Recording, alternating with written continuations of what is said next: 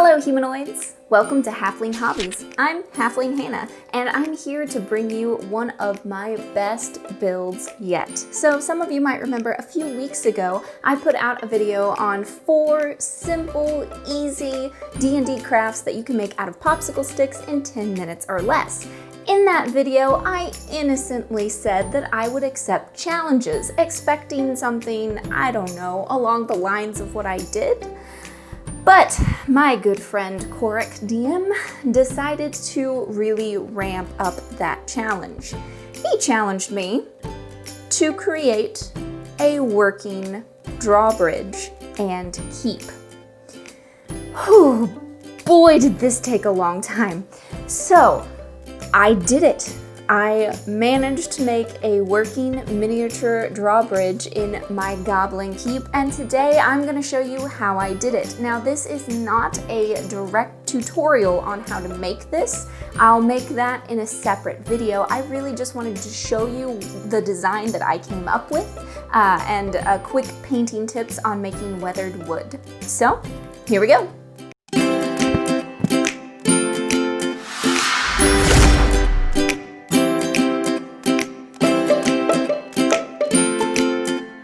Alright guys, so this is my working goblin keep drawbridge.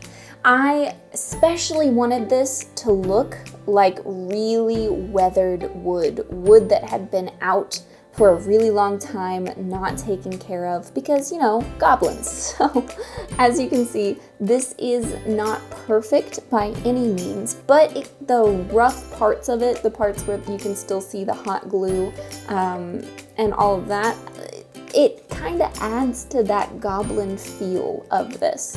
It does have a working drawbridge wheel over here. If you turn it one way, you see obviously it lowers the drawbridge. Now I had a little bit of trouble with this one getting the drawbridge to lower on its own. You could add some weights at the end, I think, and be able to get it to do that just a little bit better. But you can lower that drawbridge. And this is of course using metal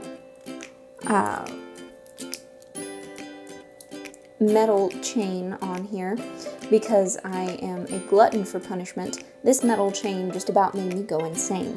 And pretty much every part of this build about made me go insane. This is a crazy hard craft to figure out how to do without any guidance. I couldn't find anything to help me go off of, so I literally just made this on my own design. And again, that design I will make available to you in the coming videos when I kind of perfect everything. This is my rough prototype. Along with my drawbridge, I made these little wooden fences. I ended up just putting a popsicle stick along on the bottom because they store super easy this way. They're actually really flat, and you can make a whole bunch of them, as many as you need to surround your keep. These are so easy to make, and the painting was super easy to do as well. To prevent these from falling over if someone hits your table and creating that super annoying domino effect, simply take a little bit of double-sided tape or sticky tack, put it on the bottom, and stick it to your mat so that you have those that are a little bit more stable. But they're also in pieces, so you can use these over and over to make however big of an area or small of an area as you want. And if your players decide to barge in through one of these, you can knock it over, showing where exactly in the wall that they get into. These I am super happy with. They turned out really nice, and that weathering is just perfect on them. This is actually just a 3-step paint job that is so simple, and I'm going to show that to you here. Alright, so the very first step in creating this drawbridge is to cut popsicle sticks. Lots and lots of popsicle sticks. It is a good thing I got a box of 1,000 because I think I used half of them on this project. So what you're going to do is you're going to just cut the ends off of them so that they're not round, and then sharpen them to a point by cutting diagonal, and cut them different sizes so you have that nice staggered look. Then we're going to cut a support beam to go on there, and then because I wanted the back to look just as nice as the front, because you're going to see both, I cut these little pieces to make a cool little Z pattern. And then we're going to put this on a popsicle stick base so that it stands up, cut off the extras, and now we're ready to paint. You need gray, brown, and green. We're going to take our granite gray and we're going to fill that in on the in-between bits of popsicles and the edges and the full base. Do the same thing on the back. Again, we want the back to look just as nice because you're going to be looking at it as well. This creates a really cool shading effect when we go in with our brown. So you're going to take your brown and you're going to really water it down. You want it really, really thin. You're going to put that on there and it creates kind of a wash or a stain. You take a Q-tip and rub off some of the extras to make some lighter areas, and there you have a really, really cool looking weathered wood.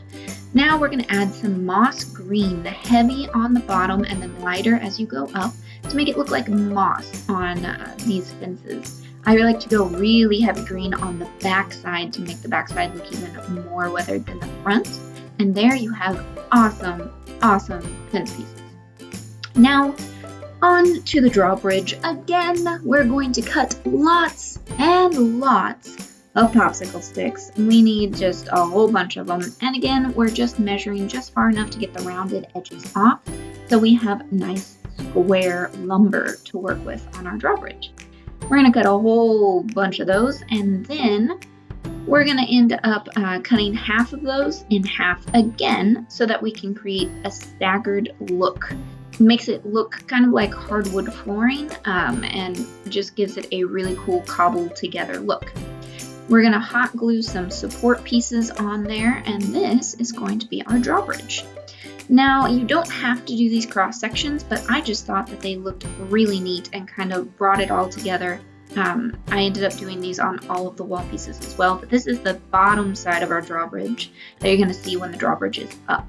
So I thought it'd be cool to have a similar look to it. Now we are going to make two sides of our drawbridge. We're going to do the exact same process that we just did. We're going to cut all of the ends off of these popsicle sticks, and then we're going to end up cutting them in half again to create that staggered look. This is pretty much exactly the same as the drawbridge itself, only on the outside we're going to add a few more details.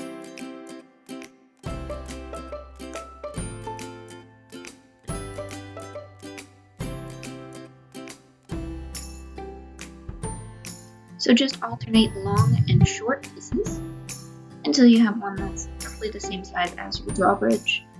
Add the supports to keep those popsicle sticks in place. And then this one I'm just going to flip over and I'm going to add some purely decorative pieces to it to make it look as if these planks have been nailed on to the side of this drawbridge in an attempt to cobble it all together. I just felt like that created a really cool goblin feel to it. You can tell that this was pieced together, maybe with bits of wood that came from broken wagons or other reclaimed places. And it just adds a really neat feel to this goblin keep. So now you're going to do the same thing. You're going to make another one. My hands hurt so bad after this craft, and I've seen a lot of videos say to just use scissors to cut popsicle sticks, and I found that to be an awful way to cut popsicle sticks. And so I'm actually using wire cutters. Nice thick wire cutters do a great job cutting popsicle sticks, and they really save your hands from having to squeeze too hard. So now I have my two sides of the drawbridge that I'm going to clean up with some sandpaper. Just like with our fences, I'm going to mount those onto popsicle sticks so that they have a nice base to work with here. And we trim off the ends. The next that we're going to see is a little bit hard to see what I'm doing, but I'm essentially adding eyelets to the end of the bridge that we're going to put that metal chain through. Now this is really hard to do. I tried for a long time to make this work and finally had to get tweezers and a hammer. That was the best way to do it. Then we're going to thread that metal chain through that. Next, we're going to create these support beams on the top for the chain to run through. Again, this is going to be really hard to see, but I promise you in a future video, I'm going to do a full demonstration on how to do this. Put a base on there, We'll cut off the extras later. This is the roof. I decided to leave the ends of the popsicle sticks on just because I thought that they added kind of a cool, natural look to the roof of this. Felt very goblin-esque to me. Add those supports in there to keep those popsicle sticks from going anywhere, and then you just glue them together for the roof.